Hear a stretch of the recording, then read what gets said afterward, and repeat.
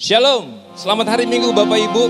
Kembali kita bertemu di hari Minggu ini dengan hati yang rindu untuk menyembah Allah kita. Sebab nama Yesus adalah nama di atas segala nama. Nama yang memberikan pengharapan untuk kemenangan buat setiap kita. Haleluya.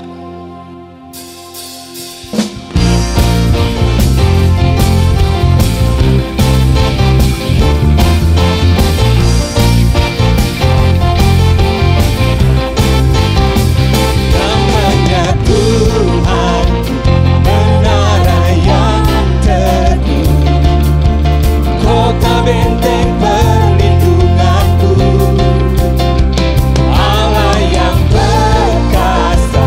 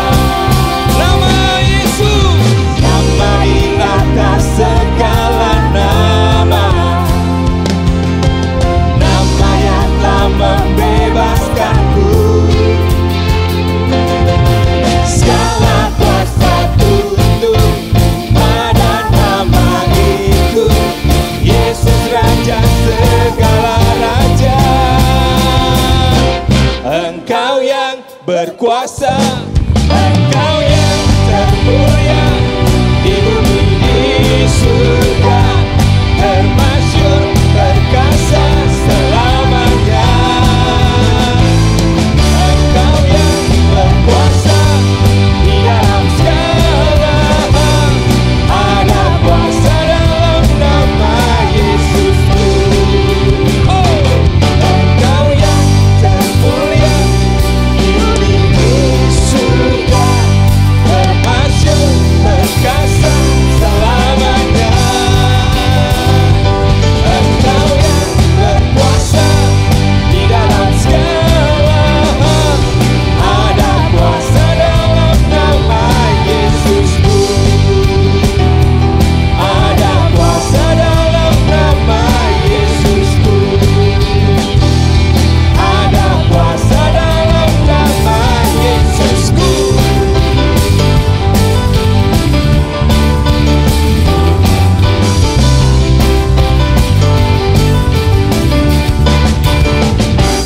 Haleluya.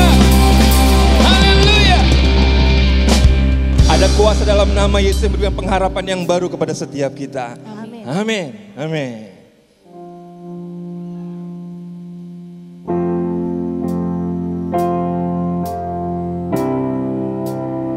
Karyamu sempurna Tuhan.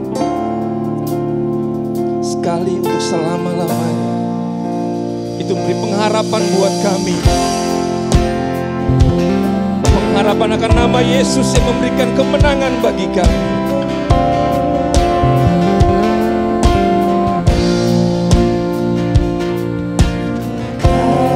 Kasih-Mu, karya-Mu, nyata dalamku. Kau pegang hidupku dalam tangan.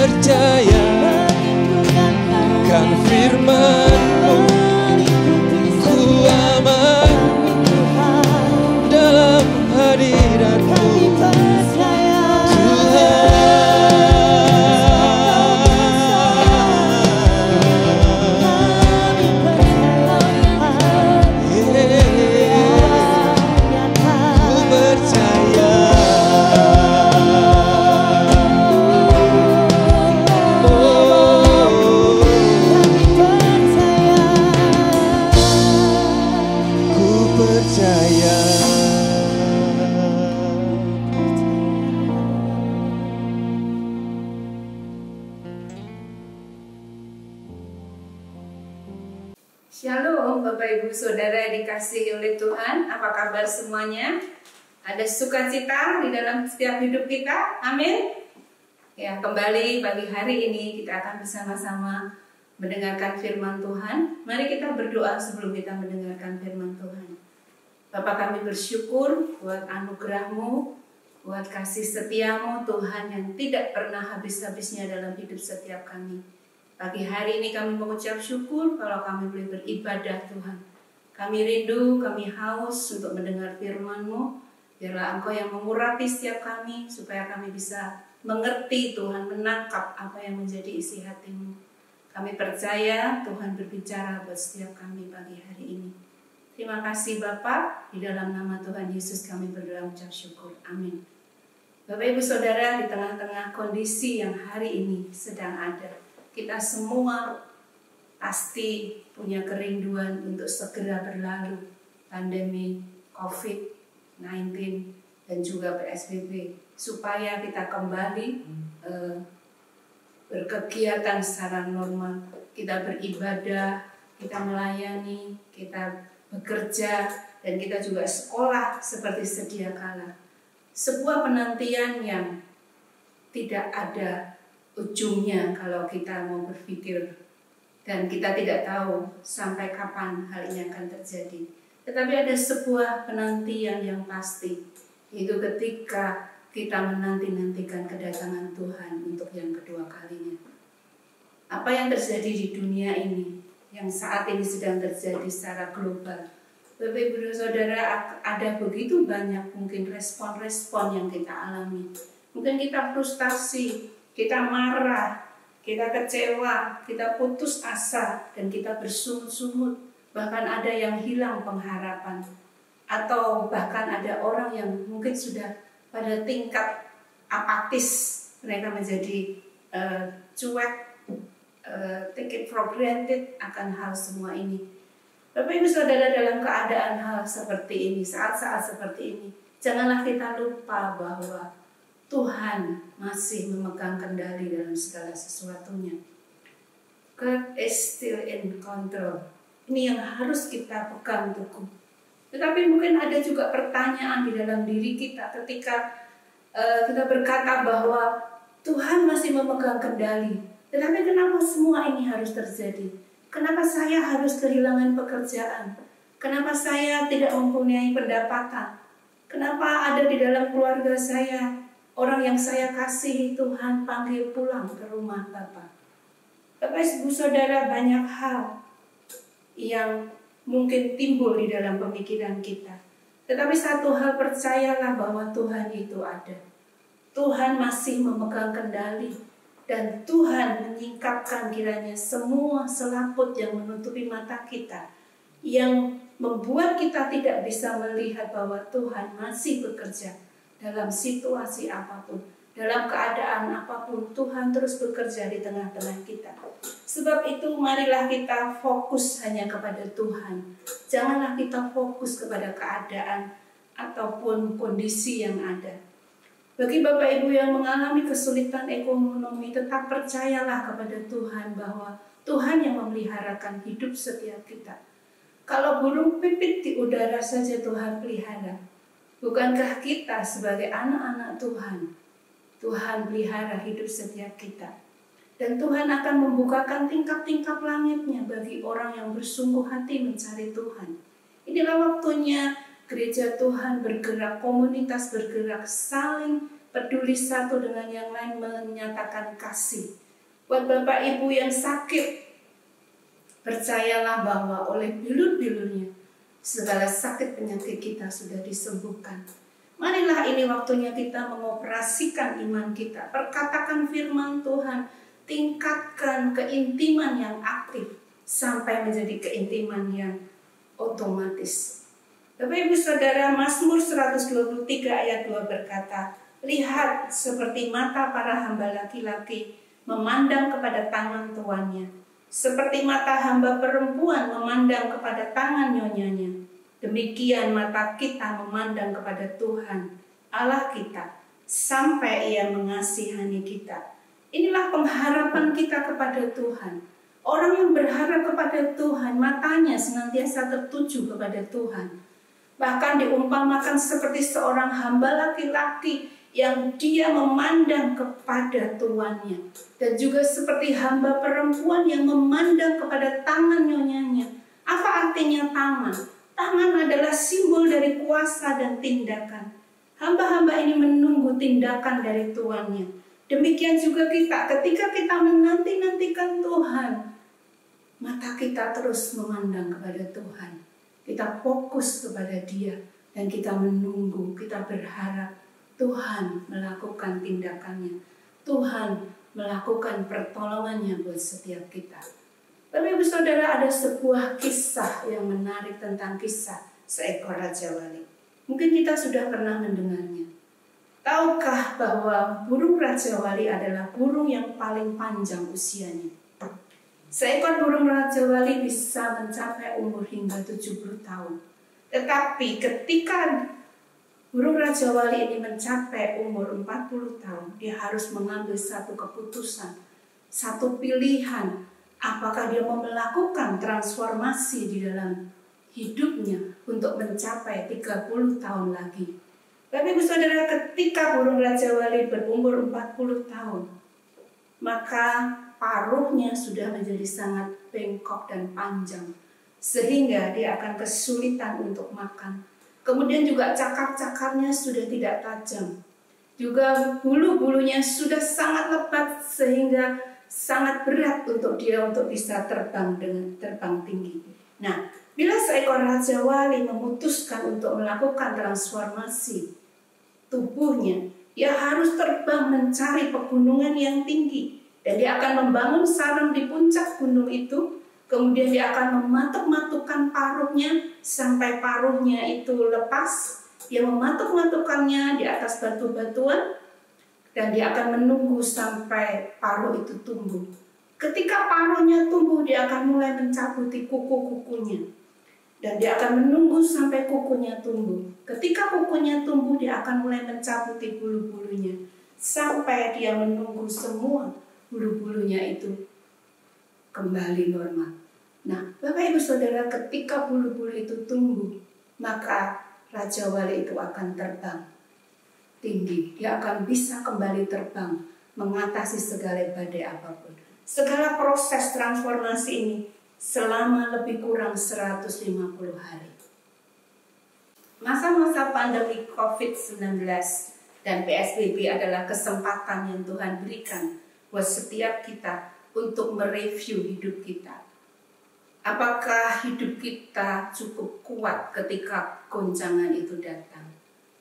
Apakah kualitas kehidupan kita, persekutuan pribadi kita dengan Tuhan cukup intim?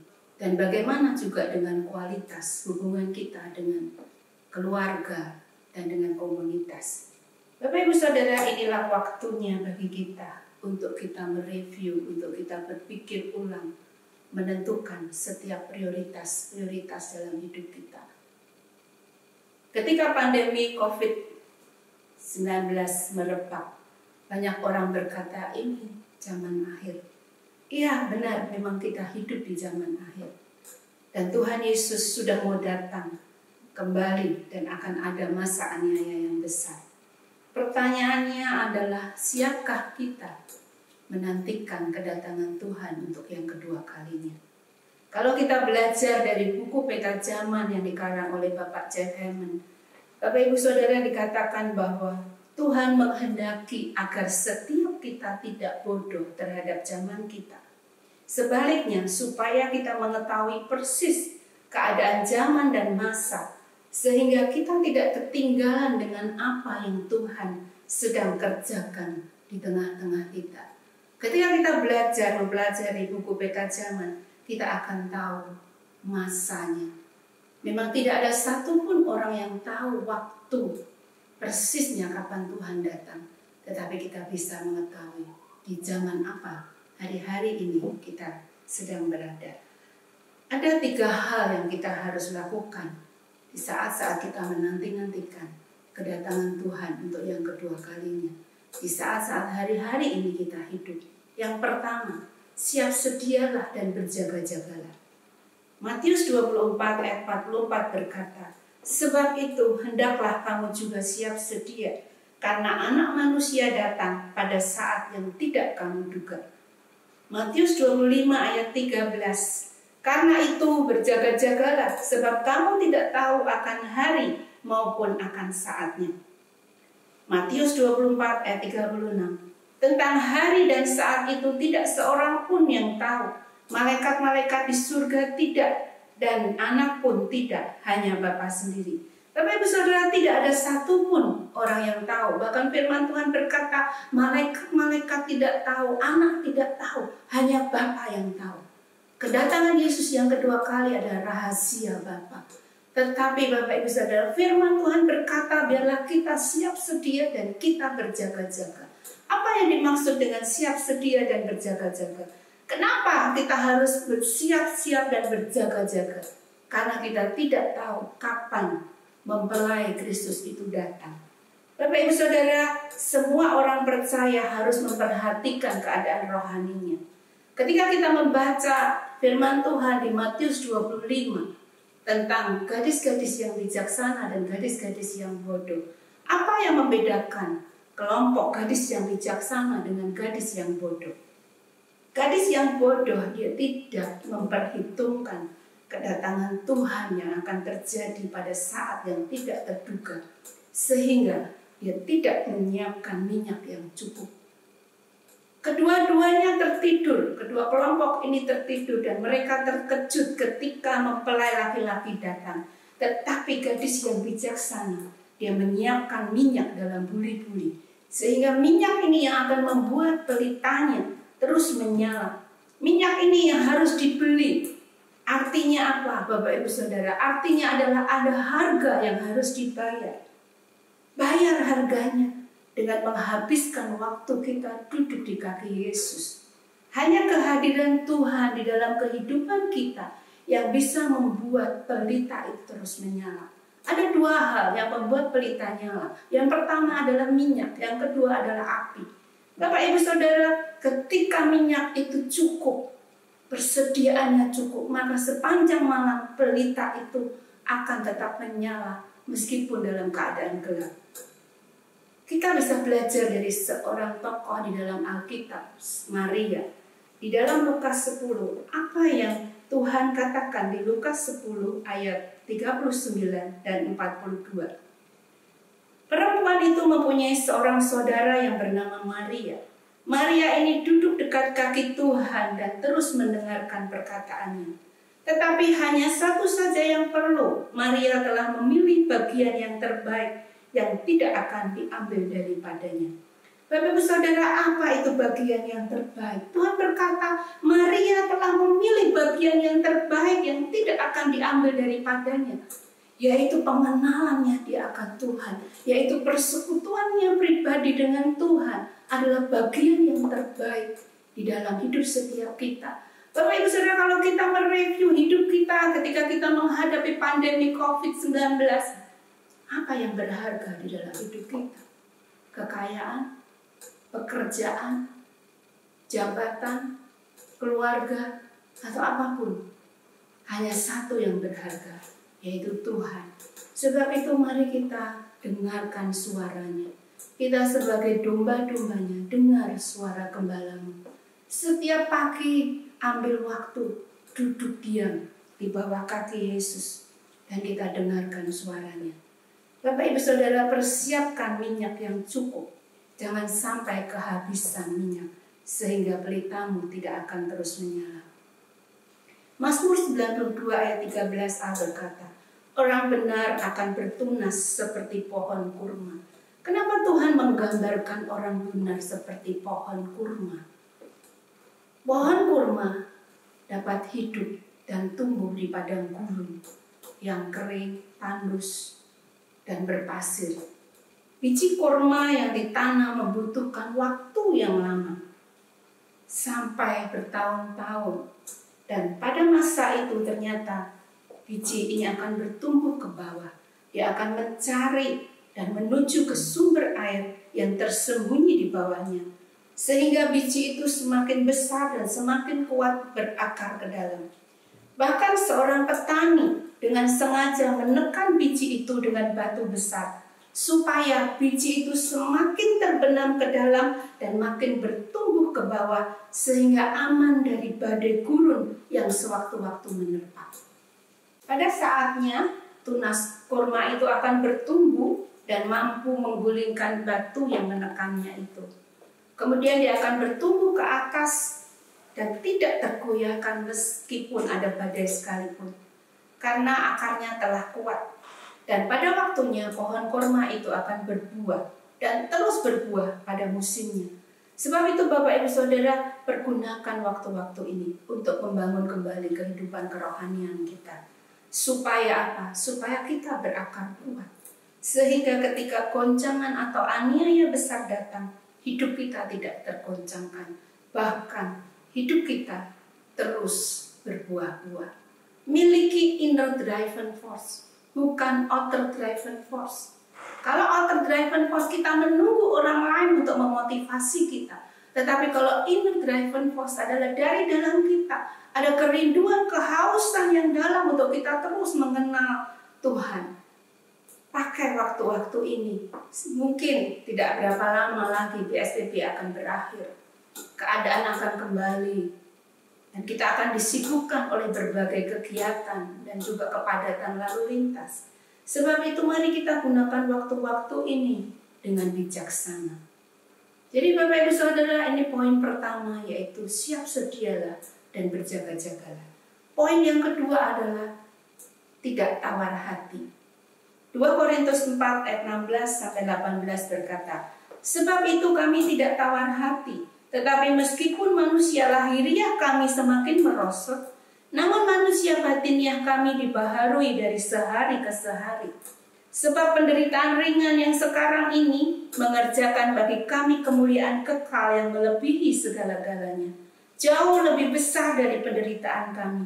Sebab kami tidak memperhatikan yang kelihatan, melainkan yang tak kelihatan.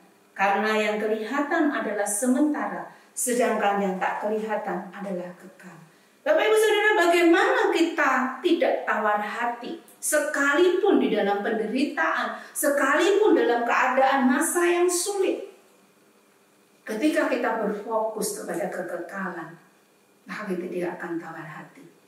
Tetapi kalau kita fokus kepada apa yang kelihatan, pada kondisi di sekitar kita, pada keadaan di sekitar kita, Bapak Ibu Saudara, maka kita akan mudah menjadi tawar hati.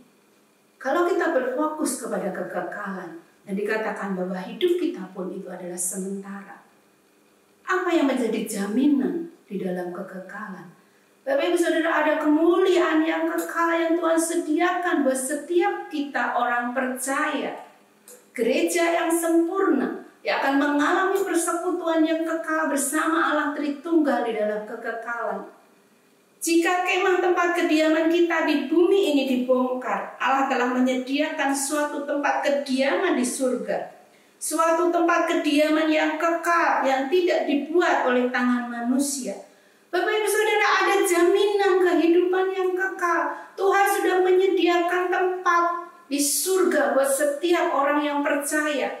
Buat orang yang setia sampai akhir dalam kehidupannya. Sehingga hal ini tidak semestinya membuat kita tawar hati. Ketika kita fokus kepada hal-hal yang kekal, kembali review hidup kita, apa yang kita fokuskan hari-hari ini? Segala sesuatu yang sementara ataukah segala sesuatu yang kekal? Bapak Ibu Saudara, pastikan bahwa engkau memiliki jaminan hidup yang kekal. Bagi Bapak Ibu yang mungkin belum pernah menerima Yesus sebagai Tuhan dan Juru Selamat pribadinya, hari ini ambil keputusan, engkau percaya dan mengakui Yesus satu-satunya jalan kebenaran dan hidup. Terima Dia sebagai Tuhan dan Juru Selamat hidupmu, maka engkau akan memiliki jaminan hidup yang kekal. Kita tidak akan menjadi tawar hati sekalipun dalam penderitaan, karena kita tahu tujuan akhir hidup kita, hidup di dalam kekekalan bersama dengan Allah Tritunggal. Buat setiap kita yang sudah percaya yang sudah menerima Yesus sebagai Tuhan dan Juru Selamat hidup kita, mari kita kerjakan keselamatan kita dengan takut dan gentar. Kita terus bertumbuh, diproses oleh Tuhan menuju pada kesempurnaan seperti Kristus. 2 Korintus 5 ayat 7 berkata, sebab hidup kami ini adalah hidup karena percaya, bukan karena melihat. Bapak Ibu Saudara, hidup kita karena kita percaya, bukan karena melihat. Kalau kita melihat keadaan sekeliling kita, kalau kita melihat kondisi kita, kalau kita melihat mungkin kondisi anggota-anggota di dalam komsel kita, mungkin kita akan mudah menjadi tawar hati. Tetapi ketika kita melihat, kita percaya bahwa hidup kita bukan karena melihat, tetapi hidup kita karena percaya, yaitu percaya kepada Tuhan, percaya kepada kehidupan yang kekal, maka tidak ada satupun yang membuat kita tawar hati. Lihatlah, pandanglah setiap anggota-anggota komselmu. Sekalipun mungkin hari ini kelihatannya mereka tidak berubah hidupnya, tetapi percayalah, ketika engkau percaya bahwa setiap orang yang percaya, Tuhan sedang proses untuk menuju kepada kesempurnaan seperti Kristus. Dan kita percaya hidup kita semua akan berubah. Jadi Bapak Ibu Saudara, ada 3 hal yang kita harus lakukan. Yang pertama adalah siap sedialah dan berjaga-jagalah. Yang kedua adalah tidak tawar hati. Dan sekarang adalah poin yang ketiga, hatinya teguh. Yesaya 26 ayat 3 berkata, yang hatinya teguh kau jagai dengan damai sejahtera, sebab kepadamulah ia percaya. Apa itu hatinya teguh? Bapak Ibu Saudara, orang yang hatinya teguh, dia tidak akan mudah diumbang-ambingkan. Dia tidak akan tumbang ketika goncangan datang. Hatinya teguh, dia punya komitmen dan dia fokus kepada Tuhan. Hatinya senantiasa condong kepada Tuhan. Nah, bagaimana dia bisa memperoleh hati yang teguh? Karena dia percaya kepada Tuhan. Dan ada satu jaminan bahwa Tuhan menjagai dengan damai sejahtera. Damai sejahtera yang melampaui segala akal akan Tuhan berikan dalam hidup setiap orang yang hatinya teguh. Sekalipun di tengah-tengah situasi yang tidak mengenakan, situasi yang sulit, mungkin ada peperangan, mungkin ada aniaya besar, tetapi damai sejahtera Tuhan senantiasa menjagai hidup orang yang hatinya teguh. Orang yang hatinya teguh karena dia percaya kepada Tuhan. Bapak Ibu Saudara, pada saat hari-hari terakhir yang penuh dengan pencobaan dan tekanan yang terjadi, Tuhan menjagai setiap kita dengan damai sejahtera. Yesaya 26 ayat 4 berkata, percayalah kepada Tuhan selama-lamanya, sebab Tuhan Allah adalah gunung batu yang kekal. Di dalam bahasa Inggrisnya di Amplified Bible dikatakan, trust confidently in the Lord forever. He is your fortress, your shield, your banner. For the Lord God is an everlasting rock. Dia adalah gunung batu yang kekal. Bapak Ibu Saudara percaya kepada Tuhan sebab dia apa? Dia adalah gunung batu yang kekal. Apa artinya? Di dalam bahasa Ibrani-nya dikatakan tishur, tempat yang aman dan menegaskan perlindungan Tuhan. Kita punya Allah sebagai gunung batu yang kekal, everlasting, tidak pernah berubah, kekal selama-lamanya. Yang kedua adalah Allah adalah tempat perlindungan setiap kita. Dia adalah menjadi tempat pengungsian buat setiap kita. Ada harapan dan kita harus mempercayakan diri kita sepenuhnya kepada Tuhan. Karena kemanapun engkau pergi, hanya engkau bisa bersembunyi di dalam Tuhan. Yang berikutnya adalah Allah adalah kota benteng, fortress. Bahasa Ibrani-nya adalah Mizkah, yaitu perlindungan yang stabil yang disediakan Allah bagi mereka yang membutuhkan. Apa artinya kota benteng? Bapak Ibu Saudara, benteng adalah tempat perlindungan dari serangan-serangan musuh. Jadi Bapak Ibu Saudara, ketika engkau percaya kepada Tuhan, dia sebagai gunung batu yang kekal, dia sebagai tempat perlindungan, dia adalah kota benteng buat setiap kita. Percayalah bahwa Tuhan adalah landasan yang pasti dan kokoh. Pastikan Bapak Ibu Saudara engkau memiliki kepercayaan yang penuh, fokus, dan komit kepada Tuhan, maka hatimu akan teguh. Dan ketika hatimu teguh, Allah akan menjagai engkau dengan damai sejahtera. Damai sejahtera yang melampaui segala akal akan memenuhi hati dan pikiran kita. Di tengah segala situasi, kondisi, pandemi, ataupun kesulitan ekonomi, banyak ahli-ahli ekonomi memperkirakan akan menjadi resesi yang lebih buruk dari tahun-tahun sebelumnya. Tapi percayalah, ketika engkau fokus kepada Tuhan, ketika engkau komitmen kepada Tuhan, hatimu akan teguh dan Tuhan akan menjagai setiap kita. Yang berbahagia adalah setiap kita yang mendengarkan firman Tuhan.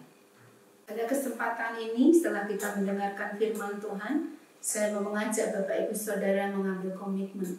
Yang pertama, buat Bapak Ibu Saudara yang belum pernah menerima Yesus sebagai Tuhan dan Juru Selamat pribadimu, taruh tanganmu di dadamu dan saya akan berdoa buat Bapak Ibu Saudara.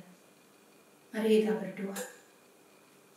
Tuhan, Kau melihat setiap tangan-tangan yang ditaruh, Tuhan. Setiap orang yang belum pernah menerima Engkau sebagai Tuhan dan Juru Selamat. Hari ini Tuhan, mereka boleh mengambil keputusan untuk menerima Engkau sebagai Tuhan dan Juru Selamat. Kami percaya Tuhan, Engkau menilik setiap hati mereka. Dan hari ini kami berdoa Tuhan. Bapak Ibu Saudara ikuti saya berdoa.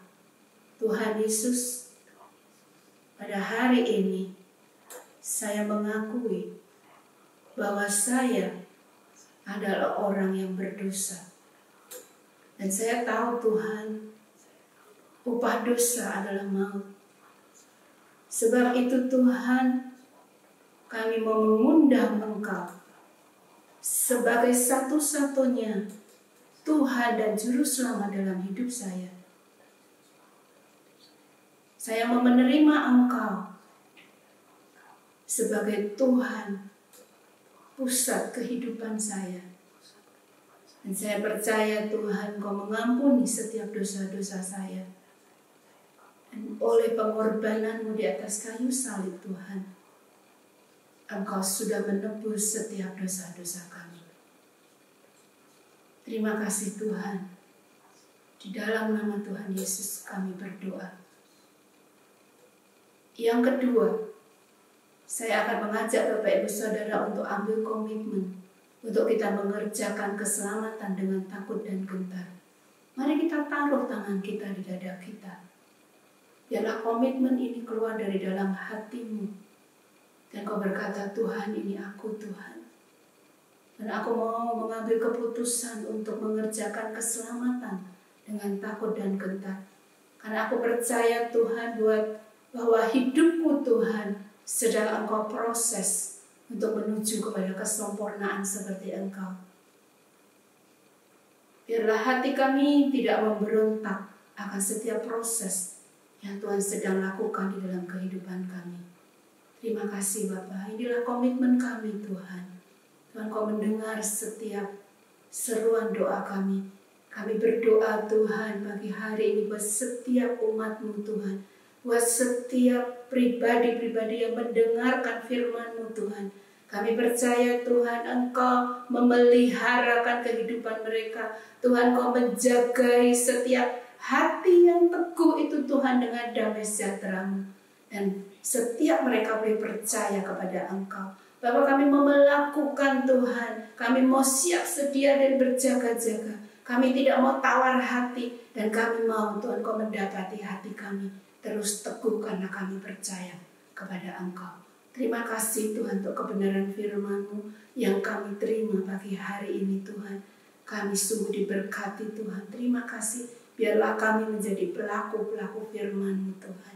Di dalam nama Tuhan Yesus kami berdoa mengucap syukur. Setiap kita yang percaya berkata, amin.